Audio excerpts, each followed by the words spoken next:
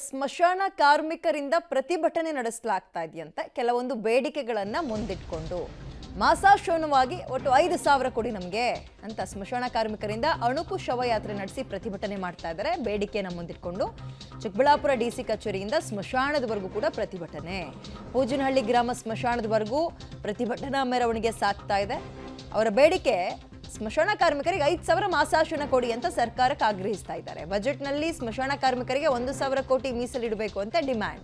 ನಮ್ಮನ್ನು ಸೇರಿಸ್ಕೊಳ್ಳಿ ಬಜೆಟ್ನಲ್ಲಿ, ಬರೀ ಬೇರೆಯವ್ರನ್ನಲ್ಲ. ಈಗ ಬಜೆಟ್ ಬೇರೆ ಹತ್ರ ಬರ್ತಾ ಇದೆಯಲ್ಲ, ಹಾಗಾಗಿ ಒಂದು ಅಣುಕು ಪ್ರದರ್ಶನ ಕೂಡ ಮಾಡೋದ್ರ ಮುಖಾಂತರ ನಮ್ಮನ್ನ ಸೈಡ್ಗೆ ಇಡಬೇಡಿ, ಸೈಡ್ ಲೈನ್ ಮಾಡಬೇಡಿ, ನಮ್ಮನ್ನು ಸೇರಿಸ್ಕೊಂಡು ಬಜೆಟ್ ಒಳಗೆ 1,000 ಕೋಟಿ ಮೀಸಲಿಡಿ ನಮ್ಮ ಅಭಿವೃದ್ಧಿಗೆ ಅಂತ ಅಣಕು ಪ್ರದರ್ಶನ ಮಾಡ್ತಾ ಇರುವಂಥದ್ದನ್ನು ಗಮನಿಸ್ತಾ ಇದ್ರಿ. ಇದು ಚಿಕ್ಕಬಳ್ಳಾಪುರ ಜಿಲ್ಲೆಯ ಮಸಣ ಕಾರ್ಮಿಕರಿಂದ ನೂತನವಾಗಿ ಪ್ರೊಟೆಸ್ಟ್ ಮಾಡ್ತಿದ್ದಾರೆ. ಹೆಚ್ಚಿನ ಡೀಟೇಲ್ಸ್ ನಮ್ಮ ಪ್ರತಿನಿಧಿ ಮಧುಕೃಷ್ಣ ನೀಡ್ತಾರೆ. ಮಧುಕೃಷ್ಣ, ಮಾಸಾಶನ್ ಅಂದ್ರೆ ತಿಂಗಳಿಗೆ 5,000 ಅನ್ನೋದೊಂದು ಬೇಡಿಕೆ, ಅದ್ರ ಜೊತೆ ಬೇರೆ ಏನಾದರೂ ಬೇಡಿಕೆ ಇಟ್ಟಿದ್ದಾರಾ? ಏನು ಹೇಳ್ತಾರೆ ಇವಾಗ ಅವರೆಲ್ಲ?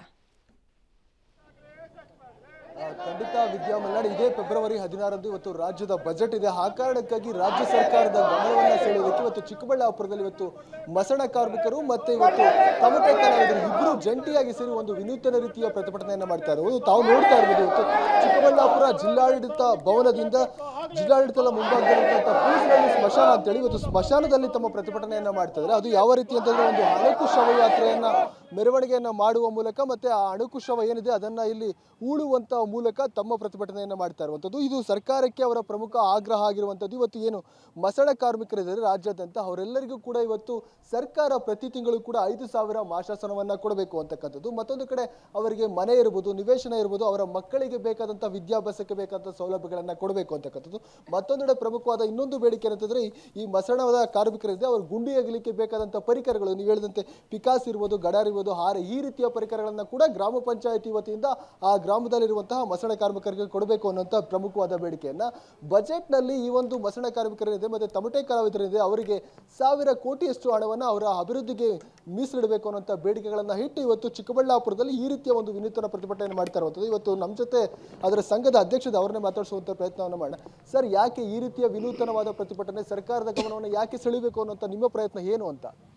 ಸರ್, ನಾವು ಮಸಣ ಕಾರ್ಮಿಕರು, ನನ್ನ ಹೆಸರು ಮುನಿಯಪ್ಪ ಅಂತ, ಜಿಲ್ಲಾ ಸಂಚಾಲಕರು.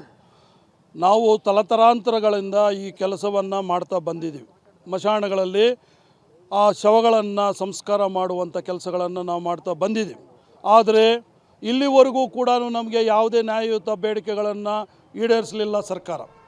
ಅದಕ್ಕಾಗಿ ಇವತ್ತು ಸುಮಾರು 10 ವರ್ಷಗಳಿಂದ ನಾವು ಬೇಡಿಕೆಗಳನ್ನು ಸರ್ಕಾರದ ಮುಂದಿಟ್ಟಿದ್ದೀವಿ. ಏನು ಪ್ರಮುಖ ಡಿಮ್ಯಾಂಡ್ಸು ಅಂತ? ಪ್ರಮುಖ ಡಿಮ್ಯಾಂಡುಗಳು, ನಮಗೆ ಮಸಣಕ್ಕೆ ಒಬ್ಬರಂತೆ ಕಾವಲುಗಾರರಾಗಿ ನೇಮಕ ಮಾಡಬೇಕು, ಮತ್ತು ಅವರಿಗೆ ಕನಿಷ್ಠ ವೇತನ ಕೊಡಬೇಕು, ಮತ್ತು ಅವರಿಗೆ ಇನ್ನು ಉಳಿದಂಥ ಕಾರ್ಮಿಕರನ್ನು ಪಂಚಾಯಿತಿ ನೌಕರರೆಂದು ಪರಿಗಣಿಸಬೇಕು. ಅವರಿಗೆ ತಿಂಗಳಿಗೆ ಮಾಸಾಸನ 5,000 ರೂಪಾಯಿಗಳನ್ನು